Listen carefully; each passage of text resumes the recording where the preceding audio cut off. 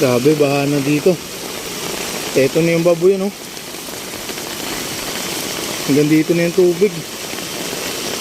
Yung bako, kawawa. Naiwan sa gitna.